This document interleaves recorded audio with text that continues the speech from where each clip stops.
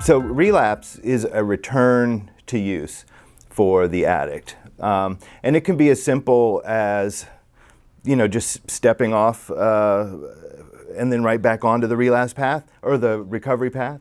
Or it could be, where the addict gets lost for a while, and both are concerning, obviously, to the long-term success of the patient. When we talk about a process, we break it up into three unique stages. Okay, the first stage is called emotional relapse.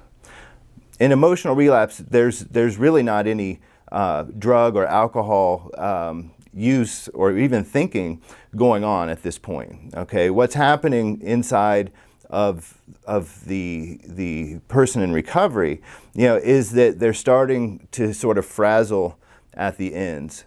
And a lot of times this comes from low self-care. And we're talking about the basics here. Making sure that you get enough sleep. Making sure that you're sticking to a schedule. Making sure that you're avoiding stress and arguments with loved ones and things of this nature. If you look back from a relapse to the initial phase, it always starts with the emotional relapse, and that almost always starts from low self-care. If the person in recovery does nothing in emotional relapse, when things are starting to spin out of control and stress is creeping up and their schedules are starting to fray at the ends, it moves on. If they do nothing there, it moves on to what's called mental relapse. Now, in mental relapse, the person is starting to think about drugs or alcohol, their drug of choice. Because what cures this fraying at the ends in the mind of a person in recovery than drugs? So now they're thinking, it's more, in mental relapse, we're talking about the traditional craving that occurs, okay? There's still things that the person in recovery can do at this point. They still have control, but what's important and what we want to teach is that the patient, the person in recovery, start to feel, again, what it feels like to be in emotional relapse and what it feels like to move out of that into mental relapse. But if they do nothing, it moves on to what's called physical relapse. Now, in physical relapse, the person still doesn't have the drugs in their hand, but they're moving towards them physically now.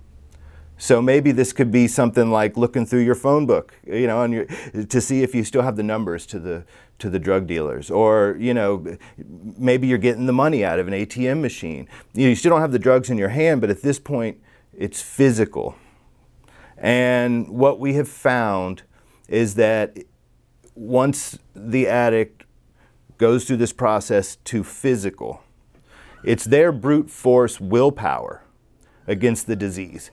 And you'll hear people say, I didn't want to do it. I was sitting in the parking lot waiting for the dealer, and I knew I didn't want to do it. But at this point, again, the disease becomes more powerful than the individual and their tools. So what we're trying to do with our patients is to give them the tools to recognize relapse when it's in its infancy, when it could have been, helped by just higher self-care, when it could have been helped by contacting your support network. We're all busy. We all live these modern lives, and that's something that we expect our patients to do. There's a saying in the recovery world that it's easy to get clean, but it's very hard to stay clean. And so we really try to focus in on strategies that can help the client stay clean. Obviously the Suboxone and the medically assisted treatment is a big part of that, but also learning the tools not only to recognize but to take action when they're in this process of relapse. So, if low self-care is what starts this whole chain off, right? Preventative actions are really necessary. So if low self-care is what starts this off, it makes sense that people that practice high self-care would relapse less, and we find this to be true. So by helping people maintain schedule, to understand the importance of avoiding stress, of good eating and sleeping habits. Sometimes I think it's hard to connect those sort of behaviors with the ultimate event of relapse, but it's important to practice high self-care throughout the recovery process and integrate that into just part of the disease management.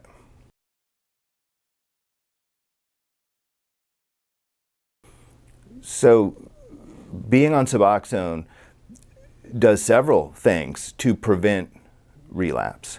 One, it takes away the biggest trigger that the client has, which is the physical symptoms.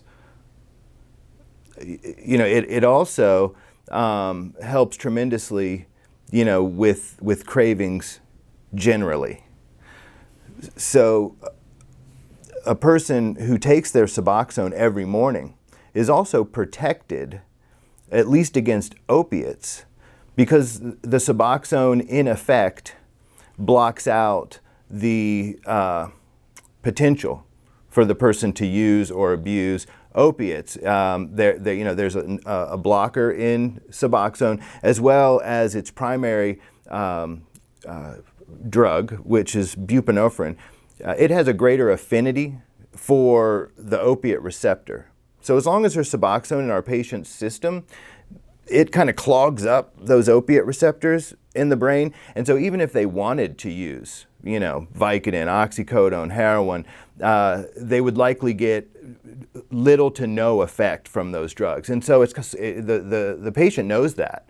And so they're more inclined not to waste their money or waste their time pursuing something that ultimately isn't going to provide that desired effect or that escape or whatever it is they might be looking for that day.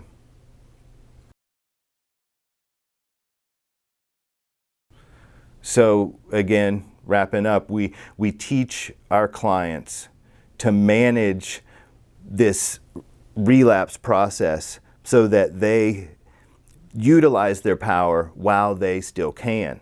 Because as it inches ever closer to the event, they lose the actual power to control their behaviors and actions, again, which becomes so frustrating for the person in recovery, because when they do relapse, they feel so bad. This is not a return to partying or something for them. They feel like, oh my gosh, I did it again.